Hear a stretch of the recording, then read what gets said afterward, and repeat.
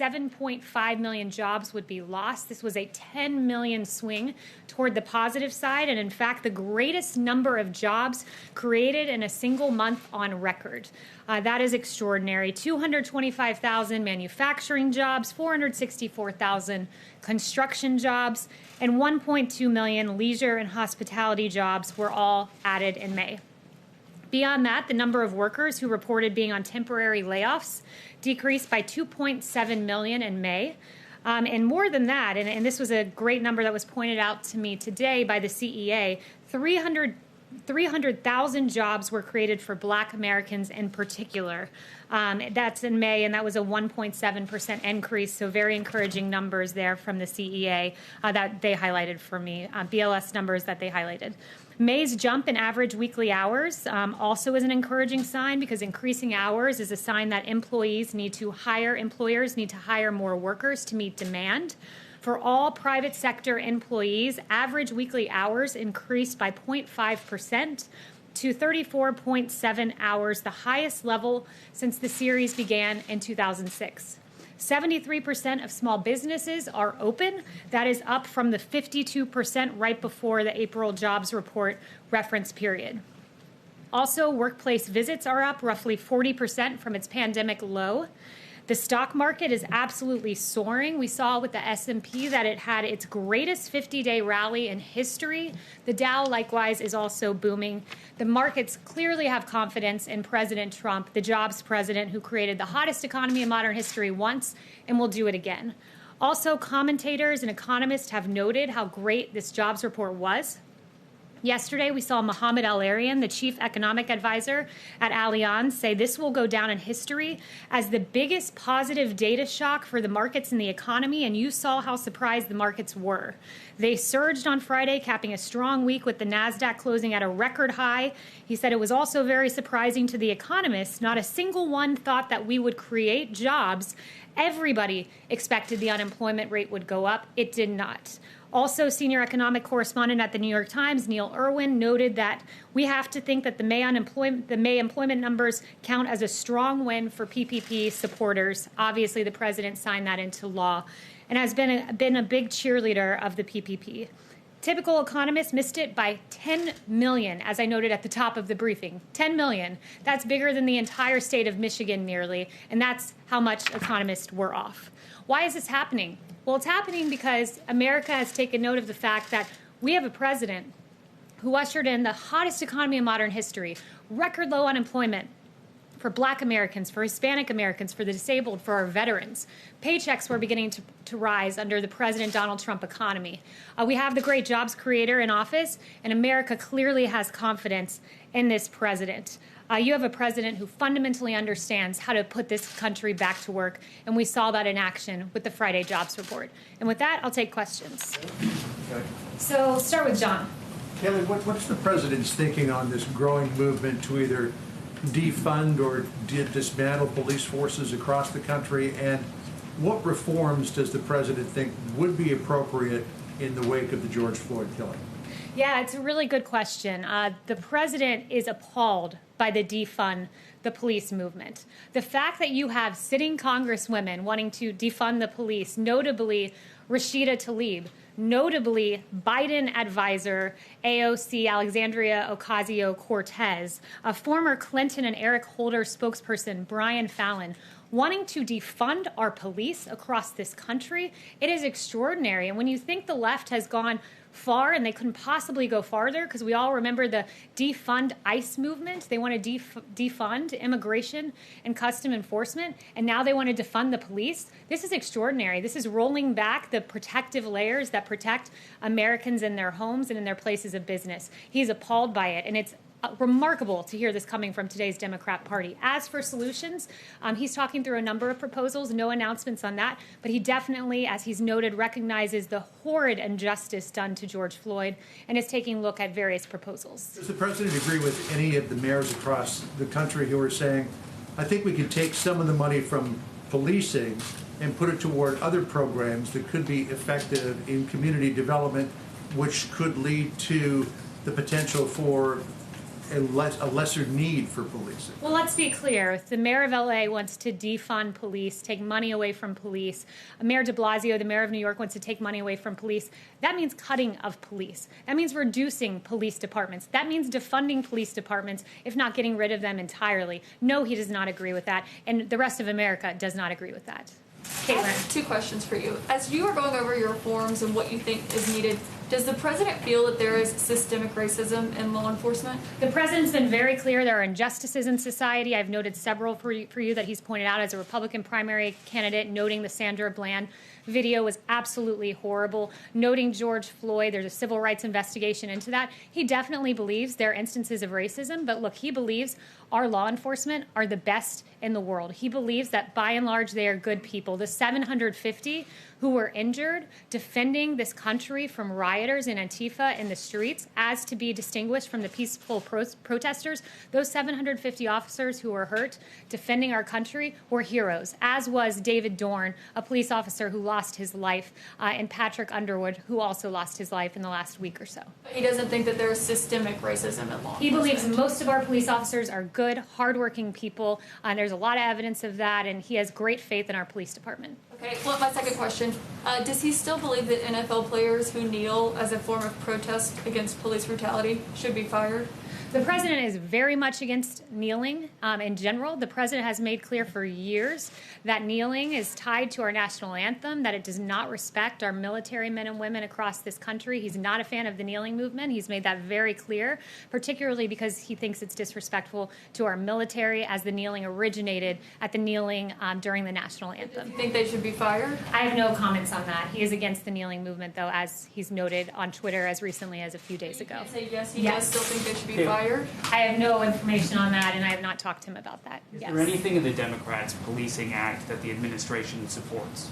Yeah, that legislation, first of all, the text of it hasn't even been given to us. I've not talked with the president about that yet. He hasn't reviewed it yet. He's looking at a number of proposals, but there are some non-starters in there, I would say, particularly on the immunity issue. You had A.G. Barr saying this weekend he was asked about reduced immunity, and he said, I don't think we need to reduce immunity to go after the bad cops, because that would result certainly in police pulling back, which is not advisable. So he hasn't reviewed the legislation, but A.G. Barr, as a member of the administration, noted this prior to the proposal coming out. Does the administration support the banning of the use of chokeholds? Look, the president, again, hasn't reviewed this piece of legislation.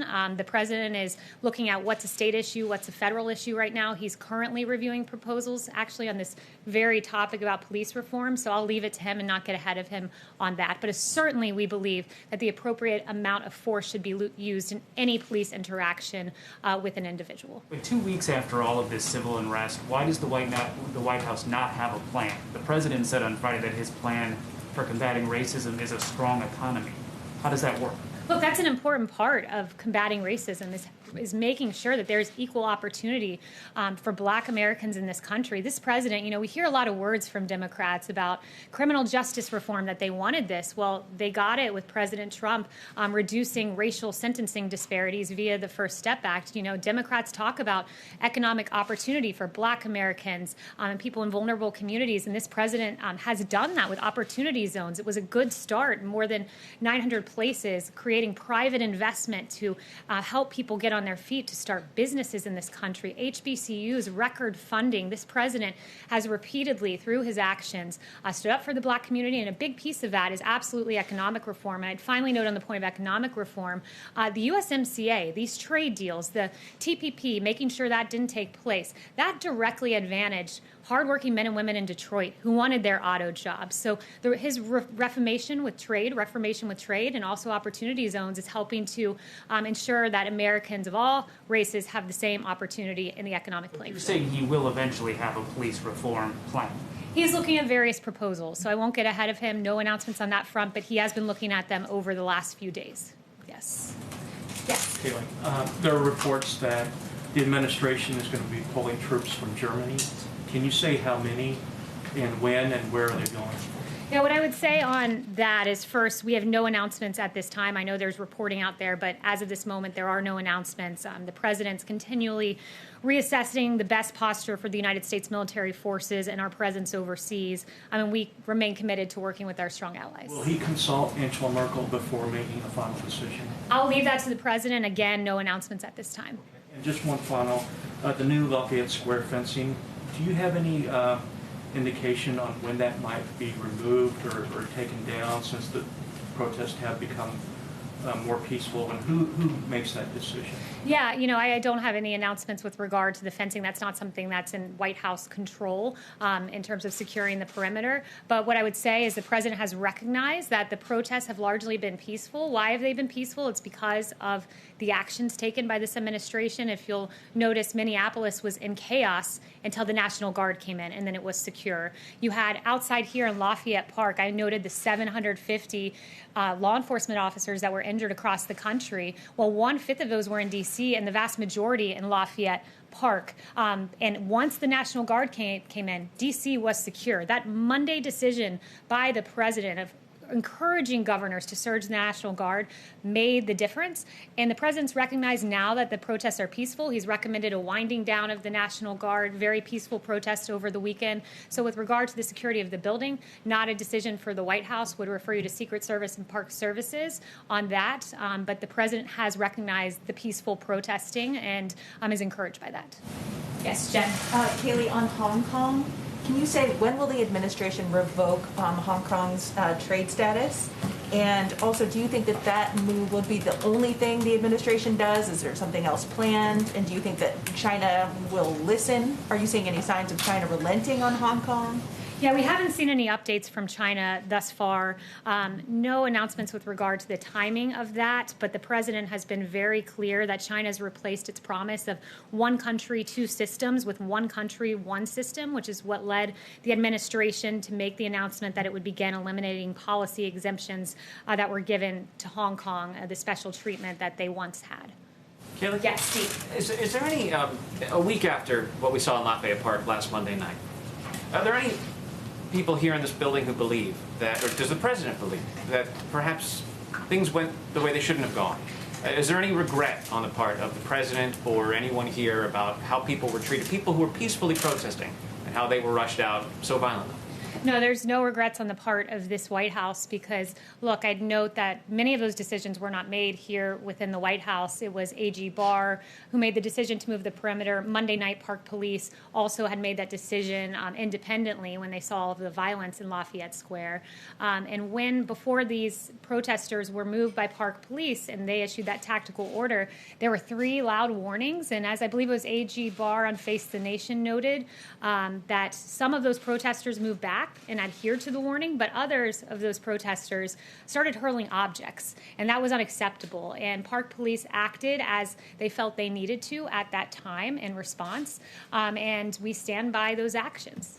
The country and the world saw this violent clash between people who were otherwise peacefully protesting, but really the president is not sorry for the way things went? No, the president is sorry about the fact that Antifa wreaked havoc in our streets and the failure of some members of the media to note that. Like CNN's Chris Cuomo said, show me where it says protesters are supposed to be peaceful. Well, I'd point him to the First Amendment where it says that you have the right to, quote, peaceably assemble. He should go back and read the Constitution. There are many others out there, like Don Lemon, saying that rioting is a mechanism to restructure our country. Burning down St. John's, using a pick to literally like carve out, as we saw in that video, concrete from the sidewalk to hurl at officers, that's not peacefully protesting. The actions of the rioters were not in keeping with the First Amendment. And I think the media needs to recognize there's a discernment between the peaceful protesters, many of whom I've seen, and the rioters. And yes, America will act against rioters. And yes, under President Trump, he will not allow burning buildings, 150 federal buildings to be defaced, and 750 law enforcement officers to be injured in our country. Can I ask you one more about the president? Yes, Ryan. I like the blue suit. Oh, thank That's you. a really snazzy look. Yeah. Just to follow up on that, you do know that the burning of St. John's happened on Sunday nights, and a lot of the violence that you're talking about, that happened on Sunday night. What he was asking about was Monday, when, as anyone who was down there knows, it was almost exclusively peaceful, especially in the moments before the chemical munitions were used on those protesters. So do you just want to clarify that about the burning of St. John's? Because that happened on a different day.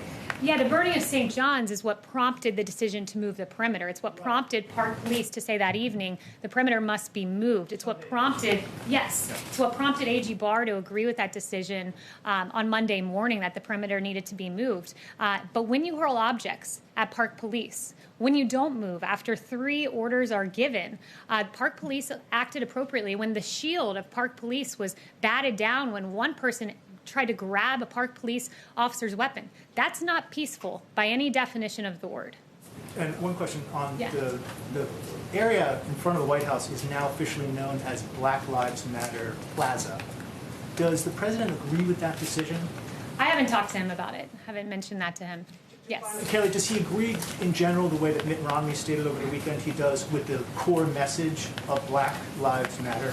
Yeah, Mitt Romney can say 3 words outside on Pennsylvania Avenue, but I would note this, that President Trump won 8% of the black vote. Mitt Romney won 2% of the black vote. I believe President Trump, people across the country recognize that while Mitt Romney has a lot of words, notably he said that 47% of the nation is dependent upon government, believes they are victims, believes that the government has a responsibility to care for them. Those were Mitt Romney's words not too long ago. The president takes great offense to those words. That's not America. Guess what America is? It's when given opportunity via a Trump opportunity zone, belief that Americans of all races can rise to the occasion and achieve, belief in HBCUs and giving record funding to HBCUs, because we need to enable education in our country and school choice. Those kind of actions on the part of the president stand in stark contrast with the very empty words of Senator Romney.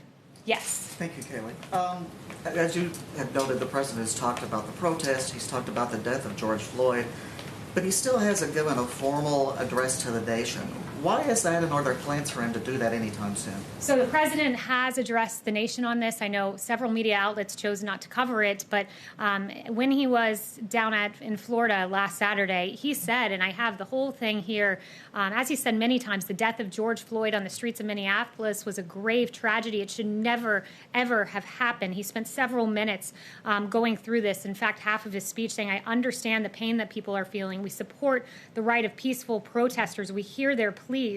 And he went on and on and on. He said on Monday, I am your president of law and order and an ally of peaceful protesters. So he has said it. Some in the media have chosen not to cover it. Those words are out there and they're documented. Yes. Ebony. Yeah. Thank you. Obviously, we're hearing a very optimistic message from the president about the jobs numbers and the stock market recovery. But in an executive order on Thursday night, the president said that he had determined that without intervention, the U.S. faced the likelihood of a long economic recovery with persistent high unemployment. I'm just wondering why we're hearing 2 messages from the president and how the American people are supposed to feel about the economy for the rest of the year. Yeah, well, the president sees Friday as a great stride toward what he ultimately wants, which is this rearing economy that we had where paychecks were growing and at the fastest for low-income workers. We were at a very good place before he chose to stop the economy to save 2.1 million lives potentially. So he took the action that was necessary at the time. He wants to get us back to that place we were at. He's the one who can do it. He's noted there's going to be a time of recovery. He thinks that Q4 will be good. Next year will be great. Monday was a great an unexpected note that the market believes in this president, that employers believe in this president, that they believe they can open their doors in the Trump economy. So it was a note of a great first step of progress, but rest assured there are many more steps that we have to take to get back to the hottest economy in modern history, but we will get there under President Trump. Yes? Sure, okay. Sticking with the economy, New York City began reopening its economy today after a very long lockdown. Does President Trump think we need another coronavirus stimulus package? And if so, what would he want to see in it before he signs it? Yeah, he's remained open to a phase 4. There was some discussion about this. There was a meeting last week at the White House about that, actually. So won't get ahead of him, but he has said there are several things he wants. Payroll tax holiday was one of them because that directly advantages low-income workers. Several other things that he would like to see in the package. Won't get ahead of him, but he's certainly still open to a phase 4. But it can't be, as he's noted, just state and local bailouts for blue states that have run their states into the ground because of decades of Democrat policies. Chanel. Thank you, Kayleigh. Would President Trump support an actual increase in police funding to help offset some of the damage that could be waged on departments that are defunded across the country? Yeah, so again, that would be getting ahead of the president on that exact proposal, but he's been very clear he does not support defunding the police in any way, shape, or form. He noted, in fact, just a little bit ago to me that we have seen violent crime come down in this country.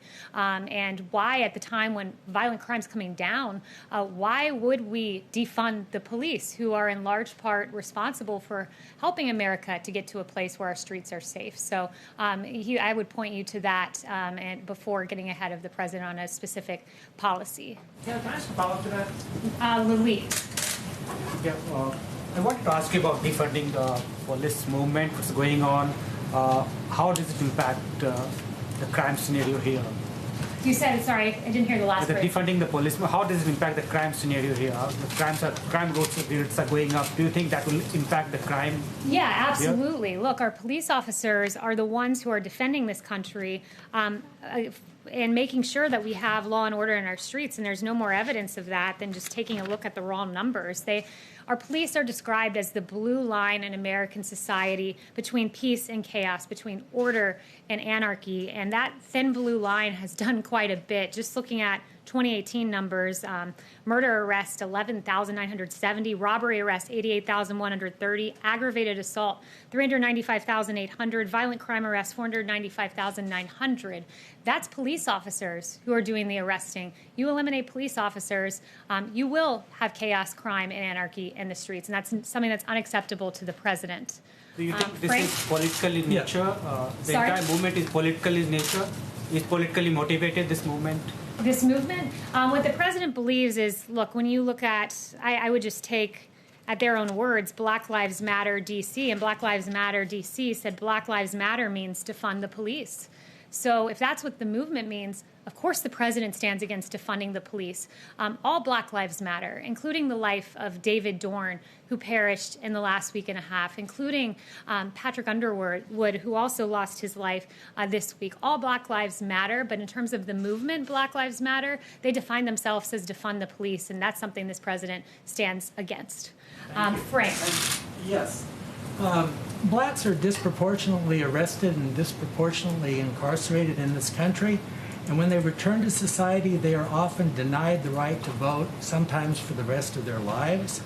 Is the president concerned about this disparity, and does the president favor restoring the rights of all those who complete their sentences so that they can participate in the 2020 election? So I haven't spoken to him on that issue specifically, but what I would note is your question does edge on the notion of criminal justice reform. Obviously, someone who's wrongfully incarcerated, that we need to address that situation. And the president has, with the First Step Act, a great piece of legislation that says pregnant women can't be shackled when they're having their baby in jail. These are basic, common sense, human decency reforms that the president put in place. The sentencing disparities that are at play because of the Violent Crime Control and Law Enforcement Act of 1994, that crime bill, which has been derided, and rightfully so, by civil rights leaders. This president helped in part to rectify that. And I'd note that the First Step Act, the beneficiaries, more than 90% have been Black Americans. So this is a president who's always stood on the side of justice, but I have not spoken to him about that specifically. Is there anyone who I haven't gotten to? Could you ask him about that? Emily. Thank you. I'd like to ask a question on behalf of myself and then one from a colleague who couldn't be here. Sure. So many complaints were made against Derek Chauvin prior to the death of George Floyd. And I was wondering if President Trump believes that disciplinary records and complaints against police, as well as police personnel files, should be accessible to the public. States have differing laws on this, but should there be a minimum national standard on police transparency with respect to these complaints and records? Yes, it's a good question, but again, it would get to what the president's going to propose going forward, so I won't address that or get ahead of that. But the particular incidents you referenced of George Floyd, it was egregious, and that needs to be looked at and is being looked at, not just at the state level, but at the level of the DOJ as well. Thank you. And from a colleague, does President Trump urge Prince Andrew to comply with his Department of Justice's request for an interview in the case against Jeffrey Epstein? I haven't spoken to him about that, so I would not get ahead of him on that. John. Kayleigh, a couple of questions on coronavirus, if I could. Is there any thought being given to returning to, if not a daily coronavirus briefing, frequent coronavirus briefings? And on the reopenings, the president said some weeks back that he would continue to monitor the situation and that if any states were doing things that he didn't think were appropriate, he would step in to intervene. Has the president, in any of these reopenings, particularly as coronavirus cases are increasing, which could be due in part due to increased testing, is he seeing anything that gives him concern? So I would note this. First, Dr. Burke sent me some new information before coming out here that new cases have stabilized, and many of the new cases are being identified through proactive monitoring and finding asymptomatic cases. Today, we saw the lowest new mortality report since the end of March, less than 500, and testing continues to expand with over 20 million done and more than 6% of Americans being tested, and in 7 states, nearly 10% of the population. So we are heading in a positive direction, even as we begin to safely reopen. But again, has the president seen anything that causes him concern? I would note, again, the encouraging signs put forward by Dr. Birx. He's seen the country safely reopen.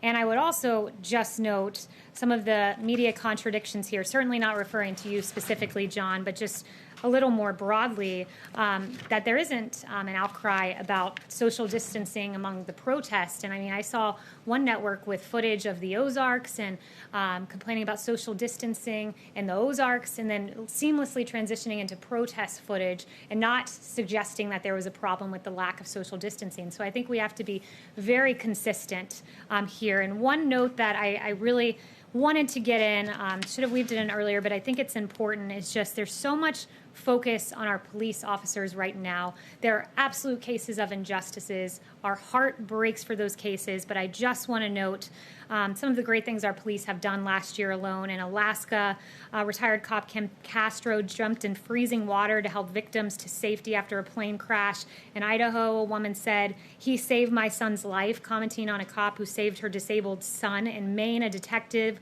was killed while helping a motorist. In Rhode Island, a baby who was choking was saved by an officer. In Maryland, an officer was hailed for intervening in an active shooting incident. In North Carolina, police thwarted a mass shooting. In Ohio, police took down a mass shooter at a bar. In Wisconsin, a terminally ill girl was visited by 40 officers and canines. In New York, Officers Bies and Officer Roman of the NYPD responded to an incident involving a homeless man. They bought him new glasses, a haircut, and a new suit, and they helped him to find a job. In Detroit, Michigan, an officer helped a homeless man struggling to shave in the streets. In Virginia, officers could be seen playing with little girls, playing dolls with them on the street. And in Arizona, Charlie called 911 asking for a Happy Meal mistakenly, and police delivered. This is who our great law enforcement officers are, and we should remember that. Thank you so much.